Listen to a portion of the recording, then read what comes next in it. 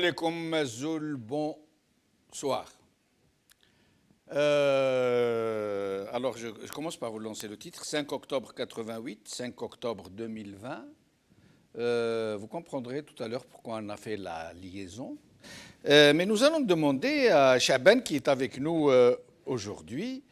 Chaban, merci d'être avec nous aujourd'hui. Alors, qu'est-ce qui se passe en Algérie aujourd'hui ? Bonsoir Djemeldine, bonsoir à nos invités, aux téléspectateurs.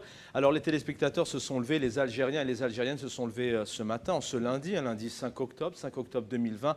Vous allez en parler longuement ce soir, mais bien évidemment, on ne peut pas ne pas parler du 5 octobre sans parler du 5 octobre 88, le soulèvement bien évidemment en Algérie, où des centaines de personnes ont perdu la vie, mais vous allez y revenir dans quelques instants dans l'émission. Mais aussi ce 5 octobre 2020, c'est la lecture de cet entretien entre un grand journal américain, le New York Times, et puis le président Tebboune. Alors, en lisant cet entretien, certains se sont... Un entretien qui a eu lieu quand ? Il a eu lieu, alors effectivement, bonne question, il a lieu entre 2, 3, 4 semaines en tout cas.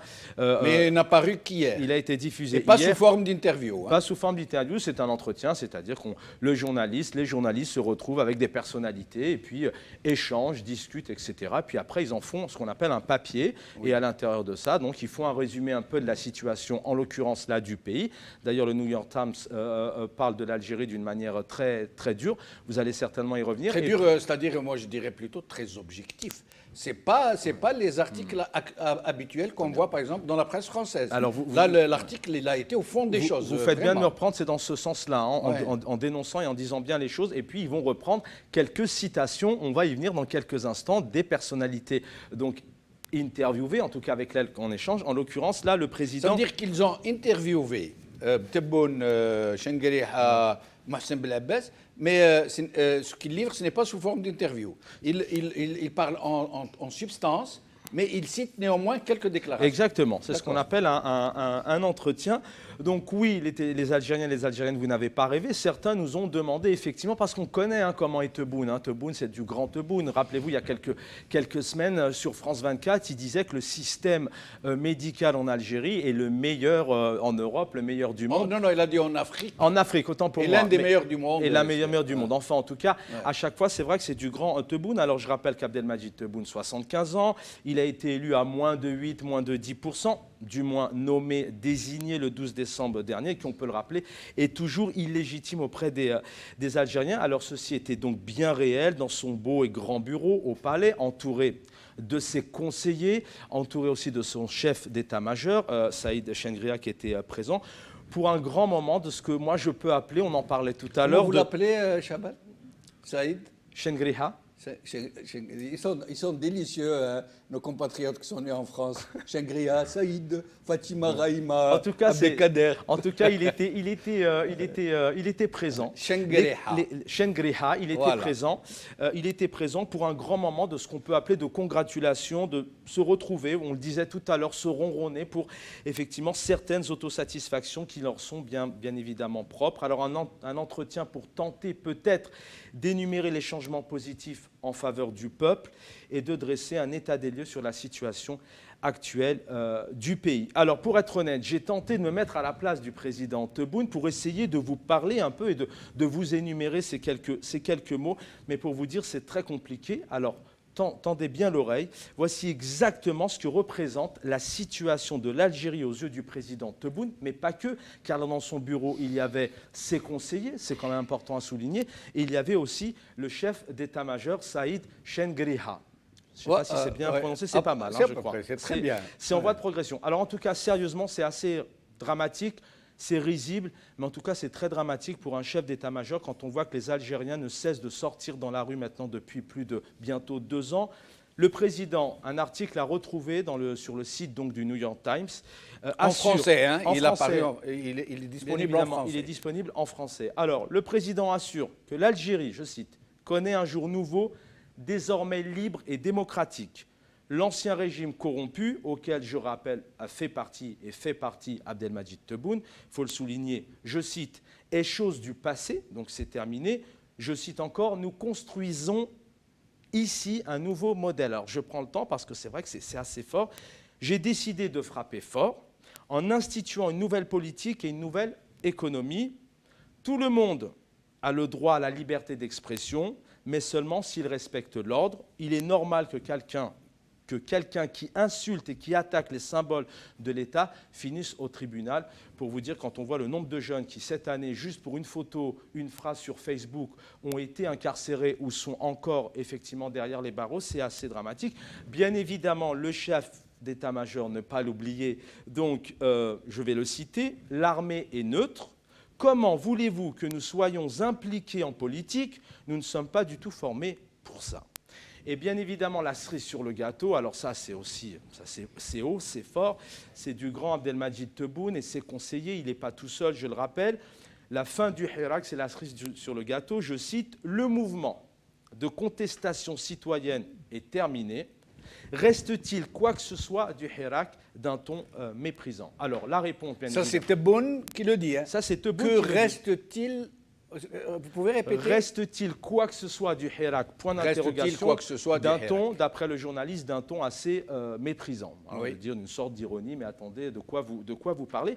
Alors la réponse, elle s'est faite hier à Paris, au Canada, encore en Algérie. Elle se fait depuis des mois, mais elle s'est faite aujourd'hui, encore cet après-midi. Alors il y a le 5 octobre 88, mais on a aussi entendu dans plusieurs villes d'Algérie où les personnes se sont dit « Ah ok, nous… » on n'existe plus. Bien là, la réponse, elle est en image. Je vous propose juste un petit détour, parce que Jamel dit, vous allez y revenir tout à l'heure, du côté d'Alger, Annaba ou encore Mostaganem. Et si on a quelques secondes, il pleuvait hier à Paris, mais croyez-moi, il y avait du monde. Abdellah, vous pouvez envoyer les images.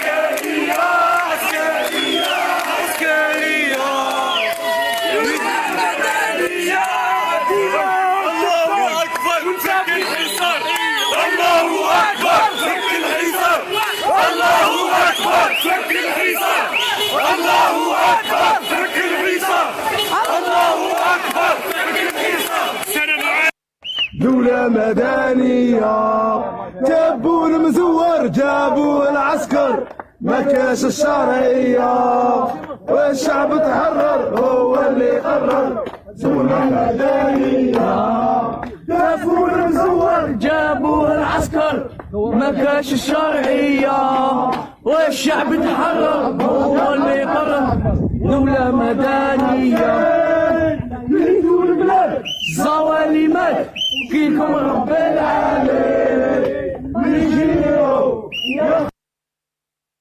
viennent de partir aujourd'hui à Paris, et il y a moins d'une heure, que nos compatriotes, alors spontanément, ils sont en train de rejoindre Place de la République, et donc nous informons nos compatriotes parisiens qui souhaitent s'y rendre que nous allons vous passer les images tout à l'heure qui sont à Paris. Chaban, merci beaucoup. Quelque chose à dire? Non, peut-être juste pour rappeler que ça peut aussi se comprendre, c'est que ce président, maintenant depuis plusieurs mois, c'est un gouvernement qui gère un pays. Et dans la particularité de ces pays qui sont sous dictature, c'est qu'ils vivent un peu dans un autre monde. Ils sont gouvernés par des hommes et des femmes qui sont totalement illégitimes. Faire de la politique, c'est aller sur le terrain. Et on le sait maintenant depuis plusieurs mois, plusieurs années, et même depuis le 12 décembre, qu'il est impossible au président Tebboune de se rendre dans la rue, aller à la rencontre des Algériens et des Algériennes. Donc c'est vrai que ça peut paraître surprenant. Et vous me parliez même tout à l'heure, et vous pouvez aussi en dire deux mots, c'est que c'est un président qui est dans le déni. Et vous évoquiez aussi, et je voulais vraiment vous faire réagir là-dessus, j'en profite, vous disiez que pour vous c'était aussi pathologique d'arriver en tant que président, d'arriver comme ça devant une grande presse et de dire de tels propos ou de telles bêtises ou de telles analyses qui sont totalement faussées. C'est ce qu'on appelle le déni de l'autruche. Merci beaucoup, Chaban.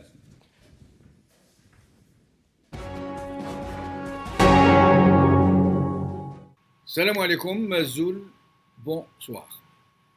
5 octobre 1988. C'est comme si c'était hier pour beaucoup d'entre nous qui avons vécu ces journées de sang et de fierté. Cela fait pourtant 32 ans déjà. Et beaucoup de sang a coulé sous le pont des jours troublés. 5 octobre 1988, une date phare dans la longue nuit qu'a fait tomber le régime qui avait volé l'indépendance du pays, qui continue à ce jour, sous d'autres façades et décliné à d'autres modulations, à peser sur le destin de tout un peuple, qu'il mène droit vers l'abîme et le chaos, à Dieu ne plaise.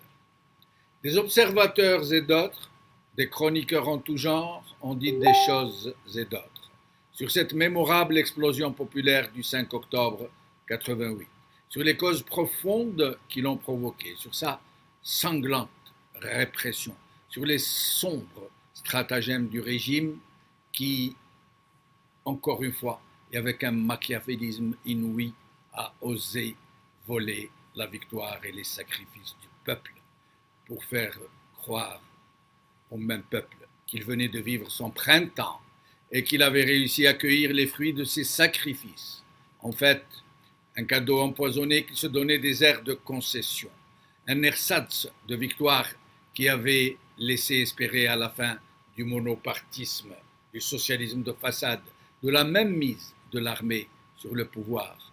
En fait, la création d'épiceries politiques en guise de multipartisme, une officialisation de la jungle économique et de la mafiocratie financière en guise de libéralisme, une création de toutes pièces d'une presse zema libre qui s'était autoproclamée aventure intellectuelle, s'il vous plaît, et qui n'était qu'un ramassis hétéroclite fait d'anciens et des mêmes journalistes de l'ex-presse publique. Du jour au lendemain, plus d'une soixantaine de partis dits politiques sont tombés du sapin de Noël synthétique. Des partis politiques, hormis 2 ou 3 parmi eux, dont nous pouvons apprécier aujourd'hui, avec le recul du temps, toute la sordide consistance, toute la veulerie, tout l'opportunisme des partis à vendre aux plus offrants et qui sont, pour la plupart d'entre eux, des viviers où le régime puise ses nervis, ses mercenaires et ses relais pour donner le change, pour tromper le reste du monde. Sur le plan économique, nous sommes passés de l'économie de la rente à l'économie de la rente. Sauf que les barons du régime, leur parentèle, leur clientèle avaient dès lors l'autorisation de sortir de leur caverne d'Ali Baba. Ils pouvaient aller au pillage comme on va au souk et étaler le fruit de leur butin en plein jour, sans plus s'en cacher. Et c'est ainsi qu'on a vu fleurir les Monsieur Sucre, Monsieur Semoule et toutes les autres chasses gardées, celles des commissions sur les armements, sur les importations de médicaments et autres fructueuses brisées. Puis, ce fut le tour du dépeçage du secteur public qu'on restructura avant de le mettre en faillite pour le vendre au dinar symbolique à la faune vorace des amas capitaines d'industrie. Et c'est dans cette foire de larrons débridés que les amas ouvertures politiques débouchèrent sur un coup d'État après les seules premières élections un tant soit peu honnêtes. Tous les Algériens connaissent la suite. Le régime a refusé d'accepter le verdict des urnes. Il a refusé de rendre le tablier et leur dignité aux Algériens. Il s'est arrogé le titre de sauveur de la République, une chimérique république à l'autel de laquelle il a sacrifié 250 000 de vies humaines, en plus de 20 000 personnes qu'il a fait enlever et dont on n'a plus entendu parler, en plus de centaines de milliers de gens qui ont été sauvagement torturés, en plus de millions de personnes déplacées, et sans compter les milliards de dollars de dommages, de saccages, le tout dans le silence sépulcral d'une presse aux ordres qui publie sous la dictée et qui diffuse des images présélectionnées par le DRS. Voilà, grosso modo, ce que fut le bilan d'octobre 88, de ce que certains politiciens qualifient de printemps du peuple algérien. En fait, un printemps dont les bourgeons attendent toujours de fleurir. En fait, une énième révolte du peuple algérien dont les fruits ont été cueillis par les plus opportunistes, les plus kafzines, les plus zélés à servir un régime mafiocrate en faisant comme s'ils s'opposaient à lui, zama zama. Octobre 88 sonne aujourd'hui comme un exemple de la récupération politique. Et cela est d'autant plus profitable, d'une certaine manière, pour que le peuple algérien ne se laisse plus jamais berner et pour que le Hirak ne connaisse pas le même processus.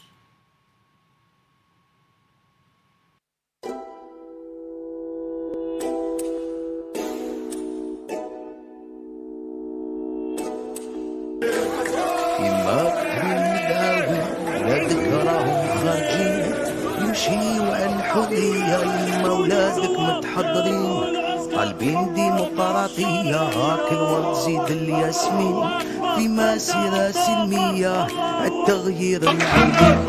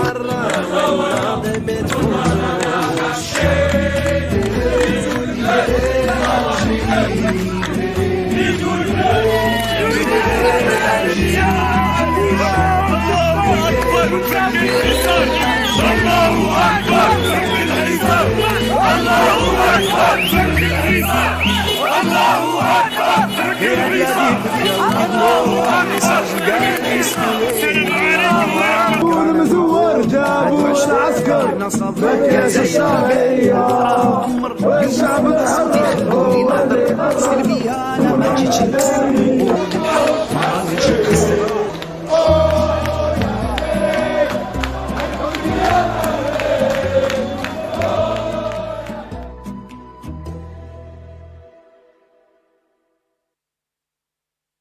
Le 5 octobre 2020, c'est notre émission d'aujourd'hui. Pour en parler, j'ai ici avec moi Nordin Aoussat, écrivain, conférencier. Nordin Aoussat, merci d'être avec nous. Merci pour l'invitation aussi, Jamaldine. Merci.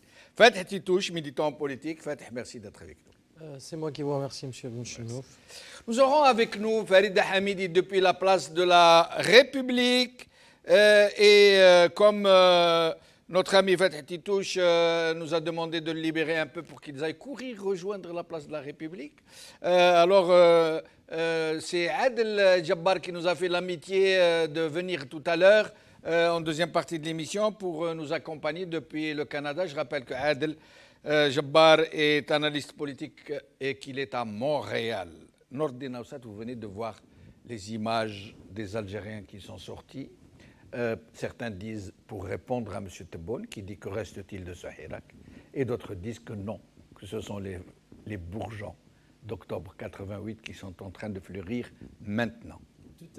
Tout à fait, exactement. C'est comme un peu la nature, je dirais, florale qui, comme ça, parfois dans le goudron, on voit des petites fleurs qui poussent, hein, des petits arbustes, des petites comme ça aussi. L'Algérie, 32 ans après, disons 30 ans après octobre 88, où il y a eu pratiquement des sacrifiés vraiment, les jeunes qui ont été massacrés, littéralement, à Bab-el-Oued, devant la Direction générale de la Sûreté nationale.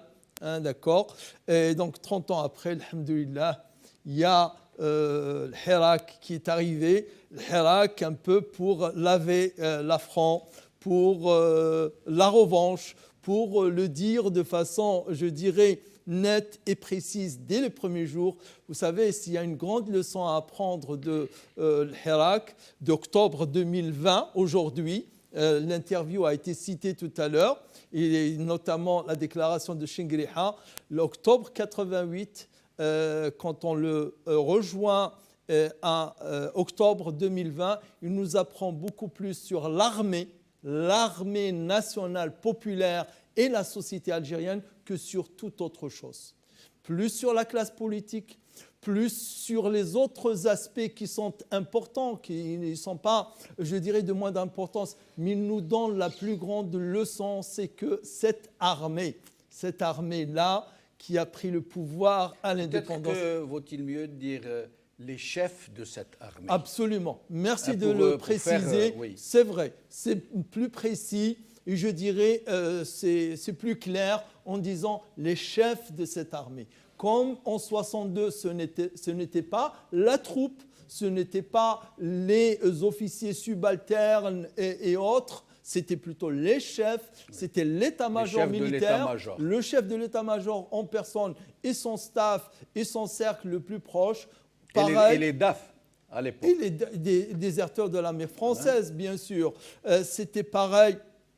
Donc en 88, je lisais tout à l'heure dans les mémoires de, comment il s'appelle, Rachid Ben Yilles, dans Les Arcanes du pouvoir, un livre que tu as dû lire.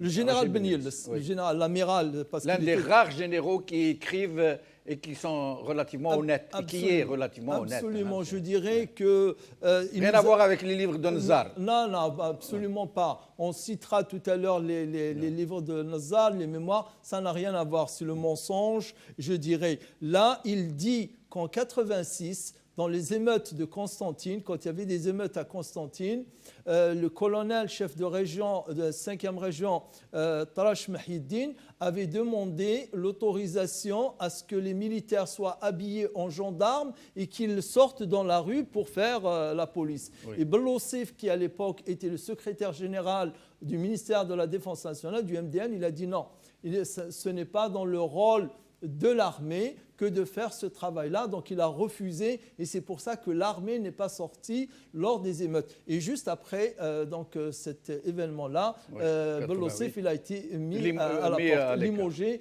et mis à la porte. Donc encore une fois, et on se réjouit que cette génération, elle a appris d'octobre. Octobre 88, en regardant octobre 2020, ce n'était pas un échec. Ce n'était pas un échec, mais c'était le prémisse, c'était le bourgeon qui a été planté dans la graine. Mais il a mis du temps, mais il a fini par fleurir. Et il a fleuri. Et vous pensez qu'il va donner des fruits moi, en 2020 ? Je suis convaincu. 2020, on ne peut pas dire 2020 forcément ou 2021, mais le fruit, il est là. C'est-à-dire le fruit, rien. Je dis qu'il y ait des tempêtes, de la grêle qui tombe ou du gel, etc. Mais ce bourgeon-là va fleurir et va donner son fruit. J'en suis convaincu. Faites tout à l'heure, moi, j'ai vu des hommes pleurer ici, au Rest TV, quand ils ont vu les images du Hirak qui s'est réveillé pour répondre à Tebboune et pour honorer les victimes d'octobre 88. J'ai vu des hommes pleurer à chaudes larmes. Pourquoi ? Parce que le politique, avant tout, c'est le cœur, c'est les émotions, c'est l'envie de vivre bien, de vivre dignement, de vivre fièrement. Après vient le travail pour que ça ne soit pas juste des vœux pieux, pour que ça soit réaliste, pour qu'on le concrétise, pour qu'on vive nos rêves. Je le pense comme ça aussi, le politique. Moi aussi, ce matin, il y avait un mélange étrange d'émotions, plein d'émotions, émotions de fierté, parce que je suis fier d'appartenir à ce peuple-là, de dignité, parce que c'était des manifestations dignes, les gens étaient très dignes dans les manifestations, mais aussi un peu de tristesse, de colère, parce que Mohamed Lamine Marnine et d'autres journalistes ont été arrêtés. Je ne sais pas si j'ai eu des dizaines d'arrestations. J'ai eu des échos qu'ils étaient relâchés, mais je n'ai pas de confirmation. Il y a eu des dizaines d'arrestations, dont celle du fameux Tnahaouga. Oui. Comment il s'appelle, Sofiane Bakir. Oui, Sofiane. Des dizaines d'arrestations, surtout ceux qui filmaient. parce qu'ils ne veulent pas que les images circulent dans le monde. Oui, surtout, moi je parle de Mohamed Lamine Marlin parce que au-delà du journaliste, c'est aussi un ami, c'est aussi, je connais son travail, c'est un journaliste courageux, objectif, honnête, très engagé depuis longtemps aussi. Il a couvert toutes les manifestations des mardis, des vendredis. Il est toujours là dans tous les événements. Il fait partie vraiment de cette crème-là de journalistes dont nous avons vraiment besoin. Donc du coup, tout se confond. Mais quand même, l'émotion ou le sentiment qui prédomine, c'est quand même l'espoir. C'est quand même le retour du peuple à la place publique, le retour de la voix du peuple. Et puis le retour, on l'espère bien, des manifestations, le retour de tout ce qu'on a vécu pendant 1 an et demi et la fin aussi de la récréation. On a donné au régime. C'est l'annonce du retour du Hirak qu'on a vu aujourd'hui. Moi, je le pense, oui. Je pensais que vendredi prochain, ça va être le... Ce que j'ai vu dans les vidéos, parce que évidemment, je ne suis pas à Alger, je n'ai pas vécu ça malheureusement. Ce que j'ai vu de la détermination, de la colère, de l'impatience. C'est-à-dire que de la joie aussi. Oui, parce que nous, on a été responsables.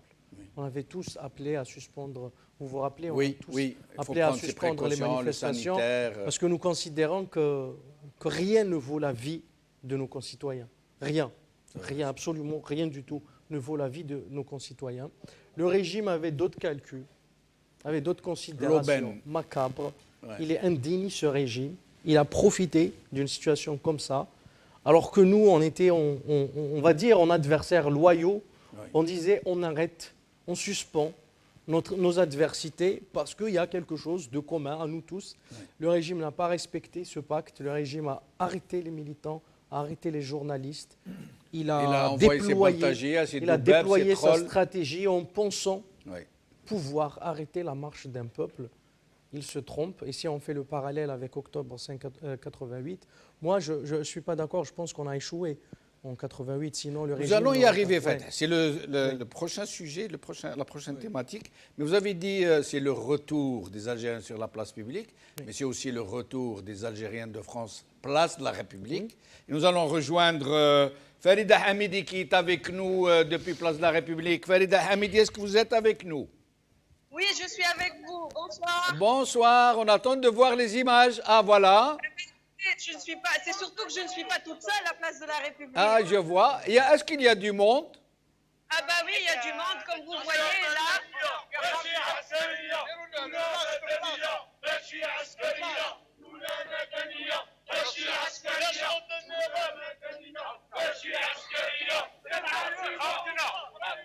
Mais Farida Hamidi, comment se fait-il que dès qu'ils ont entendu parler de la sortie du Hirak en Algérie pour commémorer le 5 octobre, spontanément, sans aucun mot d'ordre, des Algériens de Paris sont afflués de partout et sont rassemblés à Place de la République sans même qu'il y ait une consigne? Comment ce miracle a-t-il été possible? Et est-ce qu'à ce moment, les Algériens continuent de vous rejoindre? Le miracle des réseaux sociaux, et d'ailleurs je vous invite à écouter ce que le Hirakien de Paris se prête à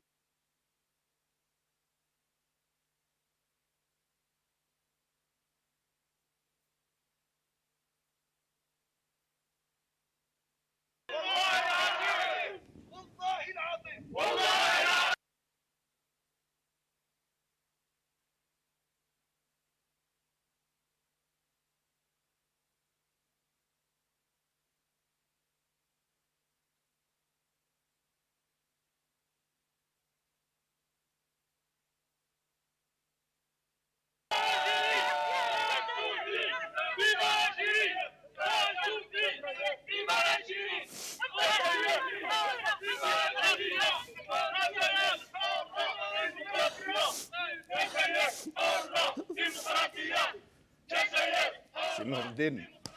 Dis-moi, qu'est-ce que Je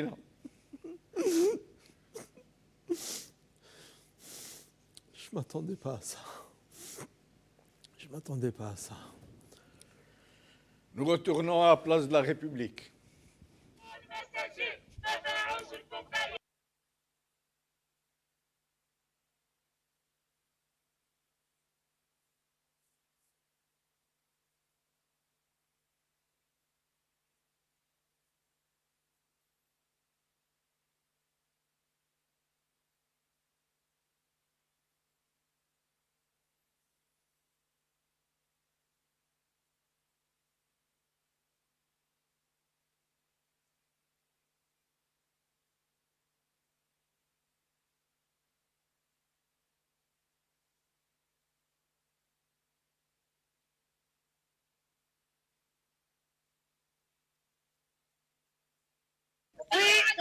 Je voudrais que vous sachiez à Place de la République, Billy Bekitouna, Rabbi Samhalkoum. Ici, tout le monde est en larmes. On est très émus. Farida Hamidi, est-ce qu'il y a beaucoup de monde? Il y a quand même pas mal de monde. On n'est pas une petite poignée. On s'est donné rendez-vous. En fait, les réseaux sociaux ont super bien fonctionné. Donc, l'Akh Karim Naït Slimane, qui est très suivi, a partagé aussi un lien pour dire aux gens de venir. Et on s'est tous retrouvés ici, en fait, avec plein de monde. On se connaît.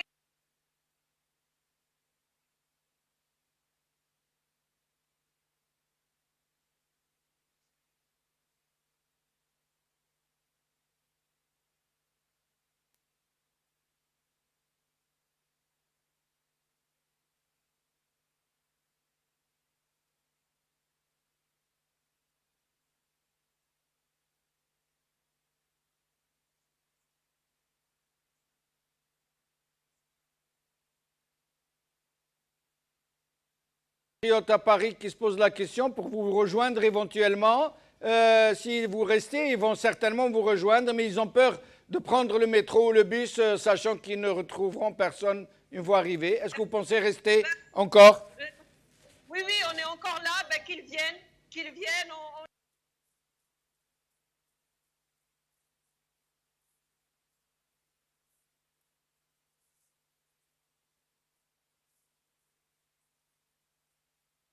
Alors, Twilwil, Wiloulou Yensa, Wiloulou.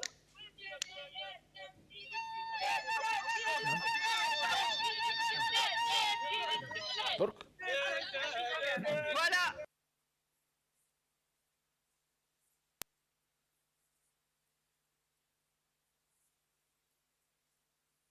On va revenir vers vous dans un moment.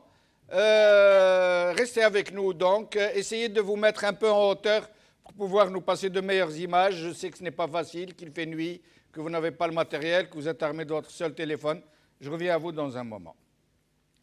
Fatih Titouche, c'est émouvant. Hein. C'est émouvant. Nous pleurions tous comme des madeleines. C'est incroyable. Hein. C'est ça, parce que au final, en fait, on peut se chamailler, on peut passer des heures à parler de choses qui sont très importantes, oui. Mais c'est l'appel du cœur aussi, c'est l'appel de qu'est-ce qu'on fait ici. Moi, c'est ça ce qui me fait à chaque fois pleurer, c'est de me rappeler qu'est-ce que je fais ici, pourquoi je suis ici, pourquoi je ne suis pas avec mes parents, ma famille, mes voisins, mes amis, pourquoi je ne prends pas mon café à côté de chez moi et me réveiller le matin au bonheur d'entendre ma mère, ces choses-là. Et puis vous vous dites, mais je suis là, je suis à l'étranger, pourquoi? Pourquoi j'ai baissé les bras? Des choses comme ça qu'on se dit. Et quand on voit le peuple se soulever comme ça, quand on voit que finalement nous partageons tous en fait cette peine, cette douleur et en même temps cet espoir, c'est surtout ça en fait. Ça nous rappelle aussi tous cet ces nombreux compatriotes qui ont péri en mer, Haraga, qui n'ont pas eu la chance de rejoindre les côtes européennes et qui ont sombré. Nous avons franchi, moi je l'ai dit le 22 février en 2019, c'est ce qui m'est venu à l'idée. Nous avons franchi la ligne de l'indignité. Ils nous ont poussés là, jusque-là, jusqu'à nous sentir... Ils nous ont pris jusqu'à notre attachement à notre pays. Jusqu'à nous sentir franchement indignes. C'est-à-dire, on se dit, mais on va aller où comme ça? Jusqu'où ils peuvent aller? Et peut-être, c'est ça. Mais finalement, ils ne nous ont pas enlevé notre dignité. Et vous avez vu aujourd'hui à Alger, vous voyez maintenant... Ils nous ont rendu service quelque part, en fait. Oui. Ils sont allés trop loin. Oui, exactement. Et pour citer, moi j'aime l'œuvre de Dib, L'incendie, c'est ça. L'incendie, c'était ça. Enfin, oui. Je ne sais pas si j'ai le temps de vous le raconter rapidement. Moi, j'ai découvert l'œuvre de Dib à l'école. J'avais un excellent enseignant d'arabe et qui nous disait, sortez-nous les personnages du texte. Alors, les gens ont sorti tous les noms, comme ça on a appris qu'il faut sortir les noms et c'est ça les personnages et tout. Et puis, moi, j'avais une idée, mais j'hésitais. Il me posait la question, il me disait, pourquoi vous ne participez pas? Je dis, j'ai une idée bizarre. Je ne sais pas si j'ai le droit, et puis il m'encourage, il me dit, allez-y, allez-y. Il adore tout ce qui est justement qui sort du commun. Et je lui ai dit, moi je vois que la peur est un personnage principal dans le livre. Et il me dit continuez, je lui dis oui, la peur, parce que Mohamed Dib en fait est en train de voyager un peu dans les sentiments que traversent les Algériens, de la peur, de l'indignité, de la misère qu'ils vivent, de tout ce sentiment-là qui se transforme finalement en un énorme incendie, c'est la révolution. Et je vais vous citer, merci pour toute cette émotion en fait, mais je vais vous citer en même temps ce fameux poème de Mouloud Mamri sur l'incendie justement. J'espère que je vais pouvoir. Quand trop de sécheresse brûle les cœurs, quand la faim tord trop d'entrailles, quand on rentre trop de larmes. C'est dommage que... etc. Bois sur bois, alors s'élève dans l'incendie. Il faut que je... Allez-y, mais c'est Nourdine Oussat. Merci pour ces larmes qui sont venues du cœur je ne m'attendais pas. Je de l'homme généreux que nous connaissons tous. Merci beaucoup, Si Jamaldine, Si Karim Netou Slimane, en disant Wallah al-Azim, je ne m'attendais pas à ça. Et après, j'ai eu le pressentiment qu'il allait se lancer dans ça. Et ça m'a touché. Ça m'a touché parce que c'est ce qu'il faut dire, c'est ce qu'il fallait dire. Et c'est que chacun de nous doit entendre de chacun d'autre. À savoir que comme nos aïeux avaient donné leur vie, ce qu'il y a de plus précieux chez l'homme, pour cette terre, pour cette patrie, pour cette nation, qu'est-ce que c'est pour nous, comme ils l'ont fait nos compatriotes, à la fin d'une journée du travail, au lieu de rentrer chez soi, d'aller à la place de la République. Ou bien comme nous l'avons fait hier, marcher de 14h à 18h sous une pluie, mais alors là, c'était torrentiel à un moment, entre nation et République, et le frère qui était sur le camion, il disait l'Algérie mérite ça, ça de rester sous la pluie. Qu'est-ce qu'on ne ferait pas pour ce pays ? Qu'est-ce qu'on ne donnerait pas pour son pays, mais aussi on y viendra, comme l'a dit Sidi Jamaldine, par rapport à ce que je parle, il n'y a pas d'échec, parce que pour qu'il y ait un échec, il faut qu'il y ait déjà un objectif. On échoue quand on n'atteint pas, notamment son objectif. En 88, il n'y avait pas d'objectif. Alors nous allons y venir, c'est Nourdine. Nous allons y venir, mais je vais vous lire ce poème de Mamri, Rabbi Rahmou. Quand trop de sécheresse brûle les cœurs, quand la faim tord trop d'entrailles, quand on rentre trop de larmes, quand on bâillonne trop de rêves, c'est comme quand on ajoute bois sur le bûcher. À la fin, il suffit du bout de bois d'un esclave pour faire, dans le ciel de Dieu et dans le cœur des hommes, le plus énorme incendie. Comme c'est beau, mon Dieu. Tout est dit. Oui. Tout est dit. Tout est dit. Ici, ce qui est arrivé, c'est ce qui est arrivé. Je vais te dire une chose, Si Jamaldine, les années 80, fin des années 80, les années 2000, deuxième mandat de Bouteflika, je parle avec un haut gradé de l'armée, qui est très très cultivé, mais alors là, je connais rarement des gens qui sont aussi cultivés que lui. Mais c'est le genre de militaire qu'on met dehors au bout de 25 ans de carrière. On parlait. Il me disait qu'il faut de la violence pour que ces gens partent. Il les connaît bien, ces gens-là, puisque lui, il était très haut gradé, il était aussi au grade de colonel, mais ce n'est pas pareil que ces gens-là. Il les connaissait bien, et donc il me dit il n'y a que la violence qui va les faire partir. Et quelle était ma joie, ma fierté de voir que ce sera, Inch'Allah, sans violence aucune. Ils partiront cette fois-ci. C'est le Mia. Hier, le Nachid qui revenait sur la marche, sur le temps de Ikhwani la tansaw shuhada, c'était sur ce temps-là. Ikhwani la tansaw sujana li dhaha bi sabil al-watan. Après il dit al-hurriya ghayatuna silmiya silahuna yahya al-watan. Comme c'est beau. Alors tout est dit. il y a une hurriya, si Fatah, là, maintenant il y a un objectif. Que ce mot revienne dans toutes les langues, sous tous les temps, dans de nombreuses chansons, l'istiqlal, liberté, liberta, et c'est très important. C'est très important. Ça n'a rien à voir. Le Hirak de février 2019 n'a rien à voir dans toute l'histoire de, je dirais, de l'Algérie indépendante. Fatih Titouche, octobre 88, parce que nous devons vous libérer, vous brûlez d'aller vers la place de la République. Finalement, octobre 88, moi je me rappelle, pour la citer, hein, Louise Hanoun, elle avait dit, je me rappelle il n'y a pas très longtemps, il n'y aura pas de printemps en Algérie, notre printemps on l'a déjà connu, printemps des peuples on l'a déjà connu, c'était octobre 88. Est-ce que octobre 88 a été un printemps ? Est-ce que nous avons... Je ne parle pas des partis politiques, des journaux, des nouveaux riches qui ont eu leur octobre 90, leurs fruits. Mais le peuple a-t-il réellement cueilli, a-t-il vraiment eu un printemps qui a donné des fruits ? C'est assez complexe. Moi, je préfère prendre les choses en fait dans leur complexité. Alors, il y a des gens qui disent octobre 88, c'est l'œuvre du DRS. Moi, je dis que peut-être, mais il y avait en tout cas des raisons très objectives pour que les gens sortent. Et les gens qui sont sortis, c'était pas, on vivait dans un pays merveilleux, démocratique, des libertés, où tout le monde vivait dignement. C'était plutôt la sécurité militaire. Où tout le monde vivait dignement, et puis après, par de petites manœuvres, tout à coup, le peuple sort. Non, les gens vivaient la misère, vivaient une situation très compliquée. Ils n'en pouvaient plus, et puis ils sont sortis. Ils sont sortis aussi dignement que nous sommes sortis en février 2019.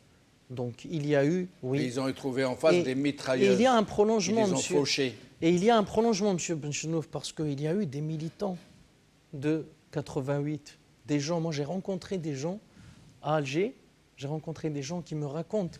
J'ai rencontré un concitoyen qui me disait... Il me montrait ses chaussures qui étaient un peu abîmées et il me disait la même chose m'arrive. Il me disait c'est en 88 j'ai marché comme ça, je marcherai comme ça, je garderai ces chaussures, je marche avec ces chaussures parce que pour moi c'est la trace, il y a quelque chose qui se prolonge. Si aujourd'hui on ne fait pas les erreurs de 88, c'est parce que aussi il y a eu des erreurs qui ont été faites et que cet héritage-là, nous avons hérité aussi de ce bilan, mais aussi nous avons regardé un peu. Nous avons appris de ces échecs-là. Quand je dis, par exemple, qu'il y a eu... Mais la violence en 88, elle n'est pas venue du peuple. Mais bien elle sûr. est venue de l'armée qui a tiré à hauteur d'homme à la mitrailleuse lourde. Je rappelle qu'ils ont envoyé à Bab el-Oued, la fameuse Mars, ils ont envoyé des provocateurs dans une voiture qui ont tiré sur la police depuis une voiture qui a disparu. Cette voiture, ce n'était pas le peuple. Et la réaction ça avait été concocté de façon à pouvoir tirer et à pouvoir tuer. Tenons juste cet exemple. Oui. Je me rappelle, moi j'ai fait des lives au début des marches pour dire que, parce que nous avons vécu ça aussi sans aller dans les années 88, quand on organisait des manifestations à Tizi Ouzou, on nous envoyait des voyous à l'intérieur des marches pour essayer de provoquer de la violence. Donc du coup moi j'avais fait des lives pour dire attention, en aucun cas on ne répond à la provocation. Il y a eu toutes ces choses-là, tout cet apprentissage qui s'est fait de tout ça. C'est-à-dire que si en 88 on a été surpris par toutes ces manœuvres, en 2019, il n'y avait plus rien qui nous surprend. Nous connaissons toutes les méthodes, toutes les manœuvres du régime, de division, de provocation, que le régime est violent, que le terreau du régime, c'est la violence, que nous devons nous éloigner le plus loin possible de la violence. Non pas, ne pas répondre à la provocation. Parce que la violence serait immorale. Hein. Oui. La violence pourrait être très morale. Et contre-productif aussi. Oui. C'est surtout parce que la violence nous dessert. C'est stratégique.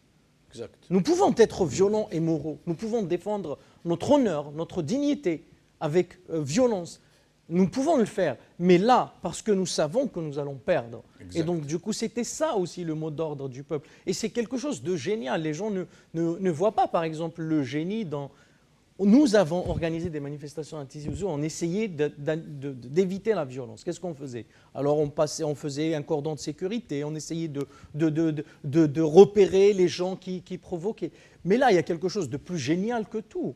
c'est un slogan, c'est le MIA. C'est-à-dire que par ce slogan-là, en fait, quelque part, on motive tout le monde et on donne le mot d'ordre du bout au bout des manifestations. Tout le monde est au courant et tout le monde est constamment rappelé à l'ordre. C'est le MIA, c'est le MIA. Ça, c'était génial. C'était vraiment de l'ordre du génie. Parce que finalement, à vous écouter, Fatih Titouche, je vous le dis très franchement, droit dans les yeux, à vous écouter, finalement, dans ce pays, il n'y a eu que la jeunesse qui a fait quelque chose. En 54, c'était des jeunes qui avaient votre âge.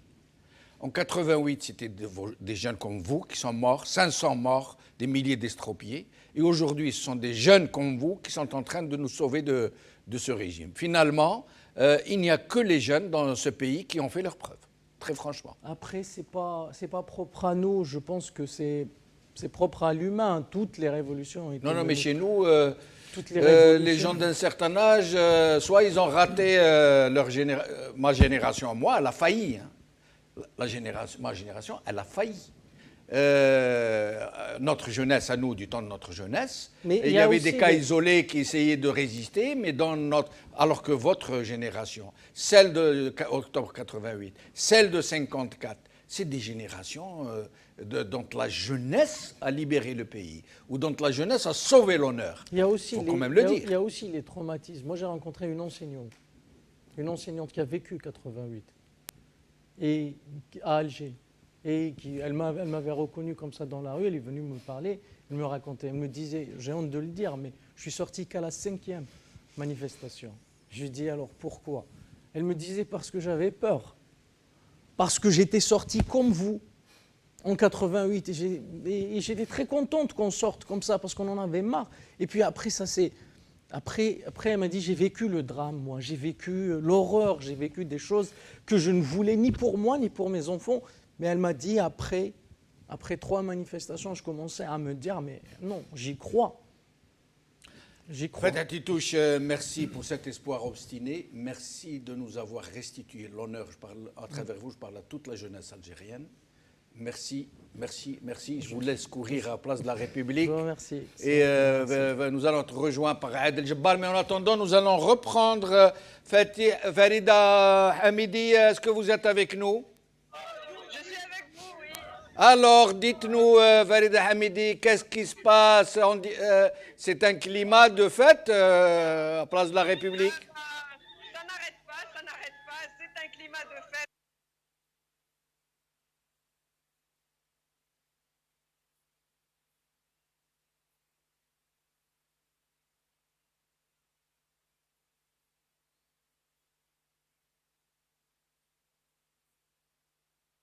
Préalable, je crois. Ah ben non, parce que le peuple algérien, quel que soit maintenant l'endroit où il se trouve, il n'est connu que par son civisme. Donc on est tellement respectueux que... Et puis la place...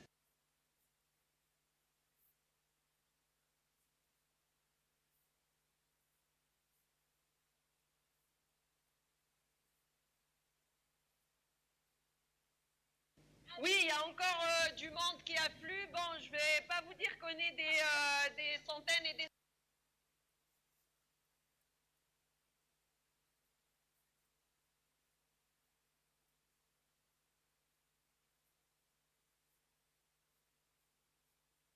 Est-ce que vous voulez que je vous passe déjà quelqu'un maintenant? Oui, bien sûr. Très bien.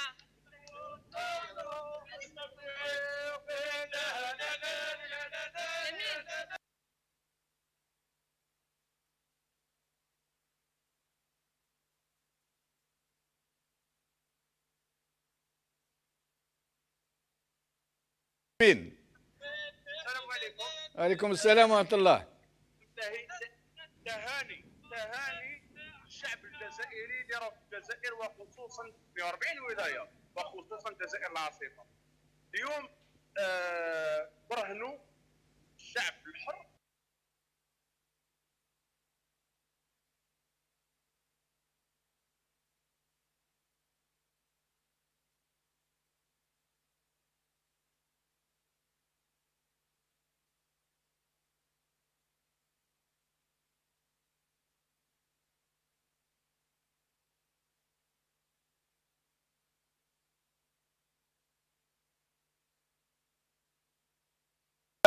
نزيدوا شي ونرجعوا لكم باش تقولوا لنا واش كاين واش ما كاين وتقسموا معنا الفرحه نتاعكم.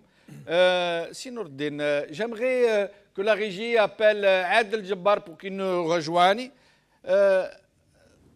Si Nour el-Din, finalement, c'est vrai, le octobre 88, ils nous ont dit ok, ça y est, vous avez vaincu, on a tué, on regrette, on a tué 500, on a estropié des milliers, mais la Ghalb, on n'a pas voulu. Mais maintenant, c'est bon, plus de socialisme de façade, plus de monopartisme. حلوا les partis اللي تحبوا, حلوا la presse, mais finalement, c'était que des cadeaux empoisonnés. Hein. Il n'y avait rien de vrai dans ce qu'ils nous ont donné. Absolument. La preuve, en matière de libéralisation, en fait, ils ont libéralisé la jungle. Absolument. Oui. Absolument. Tout était faux du début à la fin. Tout était artificiel. C'est que des simulacres. C'est que des choses factices. Factices. Totalement. La presse, par exemple. Voilà, la presse. Avec le recul du temps, aujourd'hui. Il y avait un tout petit peu. Il y avait un tout petit peu. C'est Khermen Walou. Il y avait l'hebdomadaire Nation qui a fait sortir des choses. C'est vrai. Il y avait Parcours maghrébin. Le Haq de la FFS. Il y avait un peu. C'est Khermen Walou, disons. Mais c'est surtout le plus important sur l'essentiel, sur le changement du système, le changement du régime. Soi-disant, le secrétaire général du ministère de la Défense nationale a dit ça y est, plus aucun militaire dans le comité central du FLN, on se retire totalement. On se retire totalement du parti du FLN, donc on fait vraiment la distinction entre le militaire et le politique. Mais finalement, ce n'était pas pour laisser le champ libre à la société de choisir ses représentants politiques, mais c'était juste pour se cacher derrière. De même pour les partis politiques. Moi, en fin de compte, j'étais en train de réfléchir hier ou ce matin, j'ai dit si je dois résumer ce qui s'est passé en octobre finalement, allez, je me donne mon hypothèse à moi. Moi, je pense que c'était la crise économique, elle était certes très importante. La demande sociale, les revendications sociales, elles étaient importantes. Et le pouvoir malin qu'il est, il a court-circuité donc cela parce qu'il sait que derrière les demandes sociales qui n'étaient pas satisfaites, que le pouvoir n'était pas en mesure de satisfaire. Donc, qu'est-ce qu'il a fait? Il a voulu donc faire diversion. Et comme il savait que ces demandes-là vont muer en des demandes politiques, il a court-circuité tout cela. Et personne ne demandait le multipartisme, à ma connaissance. On demandait des libertés, etc., mais personne ne l'a demandé. Et donc ça a été fait, mais en fait ça a été fait pour que finalement on est il va faire ton siège. Exactement. On te donne un siège, une villa comme siège. On te donne l'argent. Et puis on te passe à la télé. Voilà, on te passe à la télé. Tu fais du cinéma, voilà. Tu fais semblant de critiquer. Je t'assure que c'est comme c'est là que ça s'est passé. C'est comme tu le dis que des gens ont reçu. L'un il dit à l'autre, je t'aime dire parti,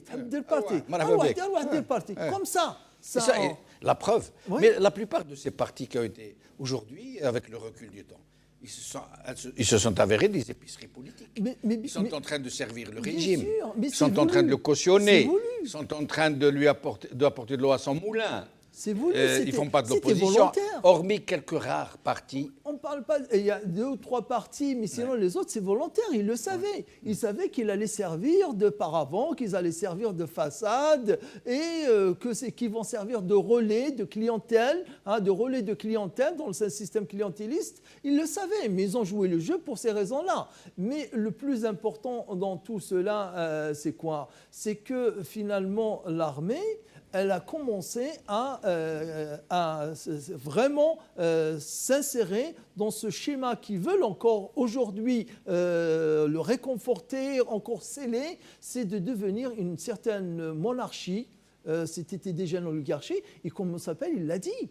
Et texto, Gil Jadid, comment il s'appelle, le président de Gil Jadid, il l'a dit il y a quelques mois, texto. Il a dit pourquoi pas, comme ça il l'a dit de façon indirecte, pourquoi pas considérer l'armée comme une monarchie et on va faire une démocratie en face. On ne touche pas à la famille royale, on ne touche pas Oui. C'est incroyable, je n'ai pas entendu ça. C'est incroyable. Mais si, il l'a dit dans une interview. Moi, j'avais écrit... C'est une sorte de pouvoir d'honneur. Voilà. Mais l'armée algérienne, ce n'est pas un pouvoir d'honneur. Voilà. C'est un pouvoir effectif. Tout à fait. C'est un pouvoir qui nomme les présidents, qui les dégomme. Absolument. On en a eu la preuve. Absolument. Donc, mais lui, il avait proposé ça. Et aujourd'hui, avec ce nouveau projet de constitution, déjà, qu'est-ce qu'on a appris? Première leçon, octobre 88. C'est que l'armée, finalement, elle a pris le pouvoir par les armes en 62 et qu'elle est prête à le protéger par les armes. C'est pas elle qui a pris le pouvoir par les armes. C'est l'armée des frontières. Remarque, c'est l'armée des frontières. Le même régime. L'état-major. Absolument. Oui, bien sûr, l'état-major militaire. L'état-major. Il l'a pris. C'est pour ça qu'il dit la digne héritière de l'ALN. En fait, c'est la digne héritière de l'état-major de l'armée des frontières. Absolument. Donc, il avait pris par les armes et ils ont tué pour ça. Donc l'état-major, quand il a avancé de Ravdemaou jusqu'à Rocher-Noir, Boumerdas et puis Alger, ils ont marché. Les Moudjahidines qui ont voulu les arrêter, ils leur ont tiré dessus au canon. Voilà. Au canon. Donc, et en 88, alors que la sécurité militaire, elle était bien introduite dans la société pour savoir qu'il n'y avait pas d'armes qui circulaient, qu'il n'y avait pas de mouvement qui cherchait à verser dans la violence. Ils savaient que c'était des manifestations pacifiques, que les gens n'avaient aucune arme. Et malgré ça, ils ont tiré sur eux. Mais, Nordin Awsat, comment faire? Et après, nous allons recevoir Adel Jabbar. Comment faire pour éviter que un remake du même scénario, qu'ils ne fassent pas la même chose qu'ils nous ont fait en 88. Le Hirak, par exemple, c'est ce qu'ils sont en train de faire, en fait. Ah, vous voulez un président élu? Ils nous ont fourgué un président désigné. Ah, vous voulez un nouveau Parlement? OK, on va enlever celui-ci, on va vous mettre un nouveau Parlement qui sera certainement le produit de la fraude aussi. Comment faire pour éviter que ça n'arrive encore? Pire encore que ce scénario, si Jamaldin, pire encore, moi je pense que c'est pire, c'est-à-dire que le schéma qui est en train d'être mis en place par la junte, par l'état-major militaire et leur laboratoire, c'est pire encore que cela. Ils vont assurer que cette constitution passe. Et c'est une constitution qui donne un rôle au président pire que celui qu'avait Bouteflika avant. Il a toutes les prérogatives qu'avait Bouteflika, il a tous les pouvoirs. Et d'autres encore. Comme celle d'envoyer l'armée jouer le rôle de mercenaire. Voilà, et des pouvoirs qu'il n'avait pas avant le président. Ils lui ont rajouté sous prétexte qu'il y a des équilibres des pouvoirs, il n'y a pas. Donc, qu'est-ce qui va se passer? Il va se passer que la présidence sera une ligne rouge, c'est-à-dire ligne rouge. C'est-à-dire qu'on ne peut espérer d'aucune manière qu'il y ait un président qui va être choisi par le peuple. Ça sera celui que l'armée va choisir. En plus, avec une constitution qui... Ça veut dire qu'il n'aura pas des pouvoirs exorbitants puisqu'il sera choisi par l'armée. Oui. En fait. Oui, c'est-à-dire de façade, si tu veux. Oui. Lui, ça sera le relais, ça sera le porte-parole, ça sera un peu, je dirais, la façade de cette armée qui est derrière. Mais qu'est-ce qui va se passer? Il va se passer qu'on pourra, en 2021, les élections, faire anticiper, je ne sais pas l'échéance de l'Assemblée populaire nationale, mais ils vont faire des élections à la PN. Ils vont laisser libre encore. Et les candidats libres vont pouvoir être élus. Il n'y aura pas shkara. Il n'y aura pas shkara en disant. Mais de toutes les manières, il n'aura aucun pouvoir.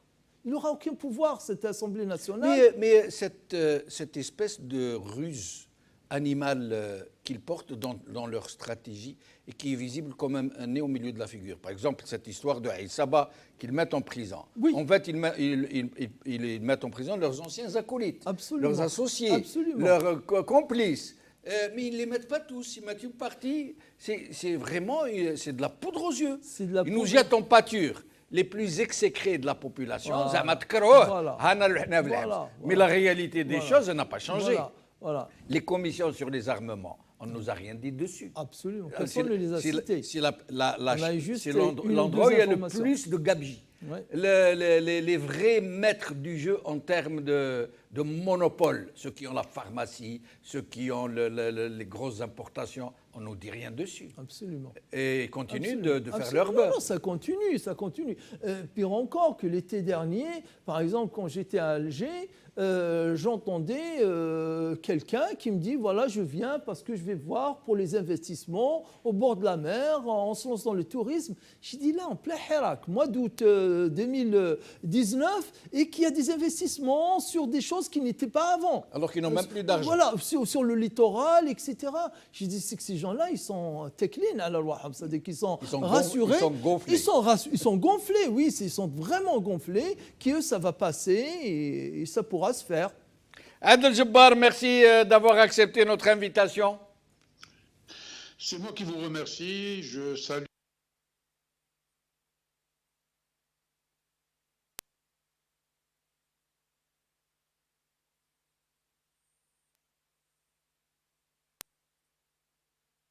Du peuple algérien en Algérie, en réponse à Tebboune qui dit que reste-t-il du Hirak? Le Hirak, il n'y en a plus. Et ça a été rapide, réponse urgente, comme on dit. Moi, personnellement, je ne suis pas encore sorti de chez moi, mais j'imagine que, comme tous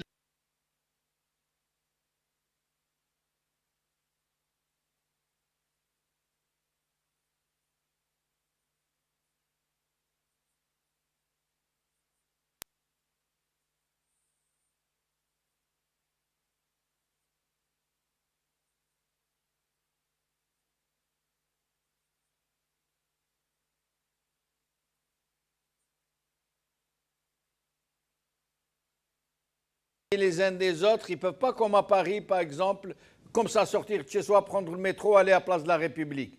Mais je présume que le vendredi prochain va être un sacré jour hein, à Montréal, comme d'habitude. Samedi et dimanche. Samedi, dimanche plutôt, oui. Mais il faut faire confiance à la magie des réseaux sociaux. C'est oui. Instantané, c'est fulgurant. L'information circule à la vitesse de la lumière. Donc, aussitôt que c'est fait, il suffit qu'il y ait un appel pour que les gens se mobilisent et brandissent avec beaucoup de fierté le drapeau algérien et crient encore leur appui à leur peuple. Parce que ce que je disais dans un post, c'est que la diaspora algérienne, quel que soit l'endroit de la terre où elle est mobilisée, elle est à la disposition du peuple algérien. Nous n'abandonnerons jamais notre peuple parce que c'est notre sang et c'est notre chair. Nous ne les laisserons jamais. Nous sommes à leur disposition. Le cordon ombilical n'a jamais été coupé avec notre pays et notre peuple. Nous sommes à la disposition de notre pays et de notre peuple. Donc c'est dans cet état d'esprit que nous évoluons depuis tout le temps, que nous évoluerons et que nous irons jusqu'à l'aboutissement triomphal de cette révolution sur laquelle je n'ai personnellement, ainsi que beaucoup d'Algériens ici, aucun doute. C'est parti pour ne plus jamais s'arrêter jusqu'à l'effondrement total de cette dictature et la mise en place d'un régime civil, démocratique, où les représentants sont librement choisis par les citoyens algériens, sans injonction, sans tutorat et sans infantilisation de la part de gens qui sont derrière les rideaux, pour nous dicter ce qu'ils veulent. Je vous reprendrai sur un propos concernant les pouvoirs exorbitants d'ordre pratiquement monarchique divin attribués au faux président, au président autodésigné. C'est encore une fois... Ah non, non, il n'est pas autodésigné, il a été désigné par les chefs de l'armée. Il ne s'est pas autodésigné. Comme moi je ne les reconnais pas, je dis c'est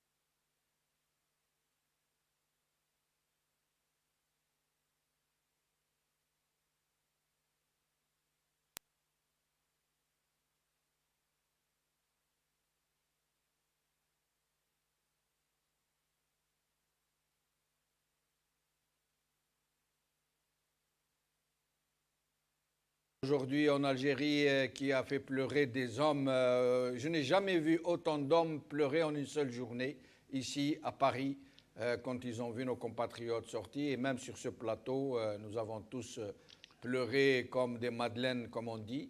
Est-ce que vous pensez que la réponse d'aujourd'hui à Tebboune, pas seulement à Alger, dans plusieurs villes d'Algérie, est-ce que vous pensez que c'est l'annonce de la reprise du Hirak pour le vendredi prochain? Et si oui, quelles recommandations faites-vous à nos compatriotes pour qu'ils restent quand même dans le cadre des mesures sanitaires minima pour éviter la propagation? Je vais vous dire une chose. Cette histoire de propagation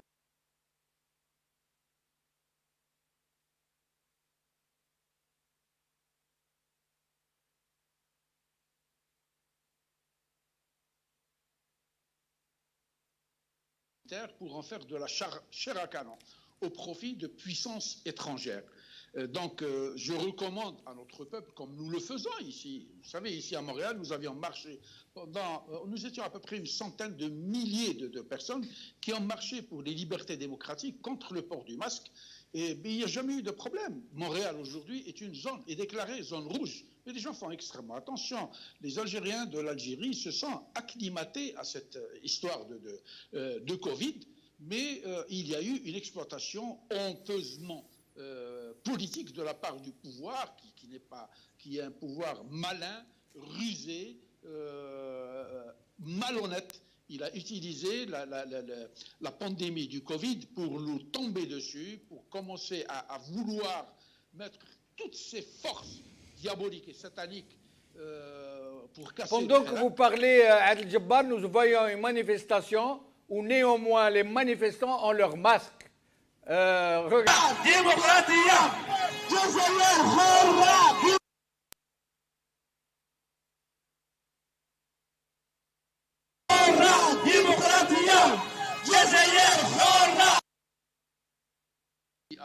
ce régime-là et à son pouvoir diabolique, c'est que ils ouvrent les marchés des voitures d'occasion. Il y a un agglutinement extraordinaire des foules au niveau de ces marchés. Les marchés sont pleins. Le FLN, il a été faire, je ne sais pas, un congrès ou je ne sais pas trop quoi. Ils étaient plus de 1000 congressistes dans une salle. Tout est permis, sauf le Hirak, sauf le Jumu'ah. Moi, c'est ça qui attire mon attention, parce qu'ils savent, comme a su la France coloniale depuis 1930, que la mosquée est un lieu très important de la lutte du peuple algérien pour quelque chose d'extrêmement sacré, c'est-à-dire son identité, sa religion, sa langue et sa personnalité. Donc, Hadou, ils ont fait pire que le colonialisme, ils ont privé les Algériens depuis 8 mois d'aller faire leur prière qui prend 5 minutes. Hadou, il me rappelle un grand révolutionnaire algérien décédé, Allah yarhamou, je cite son nom, c'est Slimane Amirat, qui a dit « Ce régime-là n'a retenu de la France que la torture. » C'est vrai, ils n'ont fait que torturer. Depuis 1962, tous ceux qui se mettent en dehors de leur pensée dictatoriale sont automatiquement éliminés ou torturés.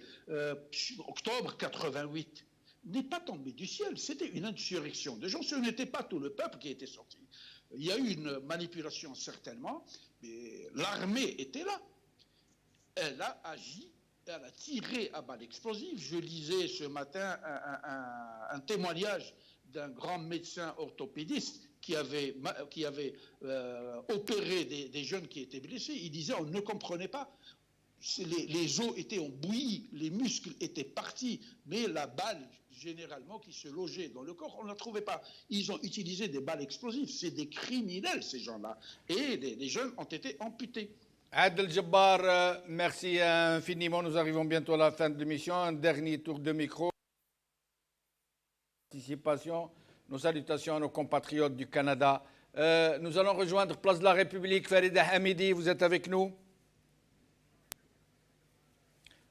Alors, nous allons essayer de la retrouver. Nourdine Aoussat, pourquoi ne pas insister auprès de nos compatriotes, et je crois que nous n'insisterons jamais assez, pour leur dire que le Hirak est nécessaire, Il va sauver la nation. Absolument. Il va sauver l'avenir de nos enfants. Absolument. Mais rien ne coûte de mettre un masque, de garder une distanciation entre deux manifestants. Pourquoi n'y a-t-il pas un appel des médecins algériens dans ce sens? Pourquoi n'y a-t-il pas un appel des intellectuels comme vous pour vraiment insister sur ces mesures sanitaires? Hirak, oui, parce que Hirak, pour nous, c'est vital, mais Hirak, j'allais dire sanitaire. Hirak accompagné de mesures sanitaires. Oui, c'est vraiment difficile. Je dirais qu'on souhaiterait bien pouvoir faire cet appel. Mais je pense que le peuple aussi est conscient de cet inconnu qui est cette contagion de ce Covid. Mais il faut savoir aussi, c'est le préalable à cela, c'est que le Hirak, il est vital. Il est vital. Je dis bien que Rabbi Sallikna, vraiment, c'est salvateur. Le 22 février 2019, c'est salvateur. Cette armée, déjà, le Kdeb, il a atteint des niveaux qu'on ne peut plus, je dirais, c'est devenu insupportable. C'est devenu insupportable. On le sait tous, depuis 62 jusqu'à Bouteflika, tous les présidents, soit c'est un militaire carrément, colonel Boumediene, colonel Chedli, général Zerwal, ou bien c'est l'armée qui l'a ramené, c'est l'armée qui l'a installé. Donc on vient maintenant dire l'armée, elle est neutre, on n'est pas préparé à cela. Non, c'est faux. Zid, encore une chose, quand on voit les fortunes, et ça c'est dans la presse officielle, hein, dans la presse nationale, c'est pas les réseaux sociaux, etc. Ce qu'ils ont amassé comme argent, le Hamel, avec, j'ai lu ça sur la page d'un journaliste, un vieux journaliste de 40 ans de service, hein, qui dit 60 villas, entre villas et appartements, 25 entreprises, 135 comptes bancaires. C'est Général Hamel, 135 comptes bancaires. Oui. C'est incroyable quand ils ont vu le bilan de ces possessions. Qu'ils sachent, on le dit, ces généraux-là, quand tu dis il y a généraux, il y a le khawana. Qu'est-ce qu'on reste?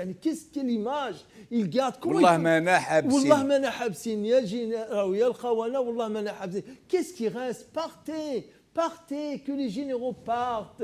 L'Algérie, elle est riche de ses enfants, elle est riche de ses compétences, des patriotes qui ont le cœur, qui ont la compétence, qui ont la responsabilité, ils vont prendre le relais. Mais les militaires, il faut qu'ils partent, il faut qu'ils sortent de la politique, il faut aussi que la prochaine échéance, le 1er novembre, que ça soit vraiment une leçon, faire pays mort, faire ville morte, il faut que ça soit un échec encore plus que le 12-12, c'est-à-dire que ces élections. Pourquoi? Ça veut dire non seulement boycotter, observer 2 ou 3 jours, ville morte, personne dans la rue.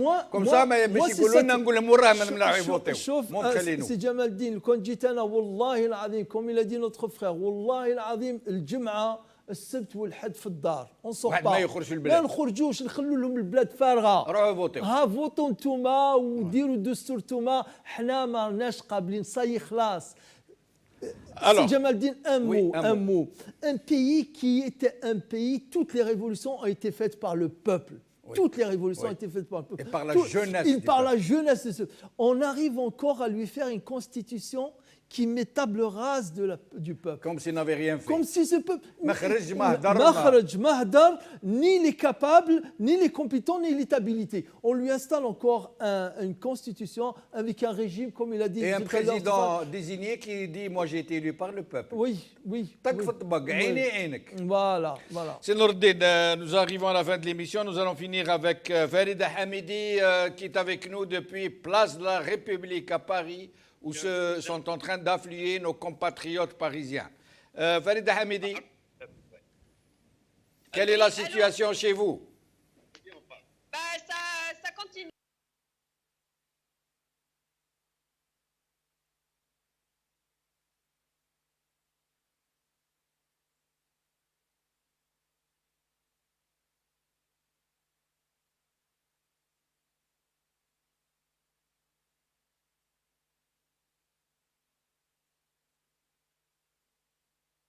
Est prévu pour les jours à venir, justement, c'est l'occasion de nous dire s'il y a une marche, s'il y a une manifestation place de la République, c'est le moment de nous dire ce qui est prévu.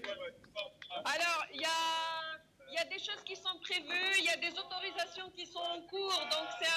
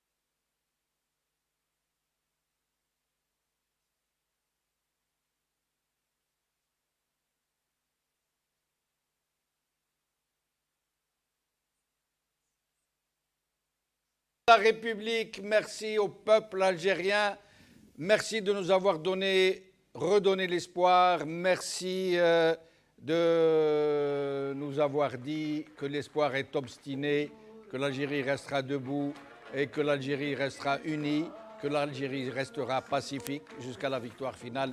Qawala khair b'slama.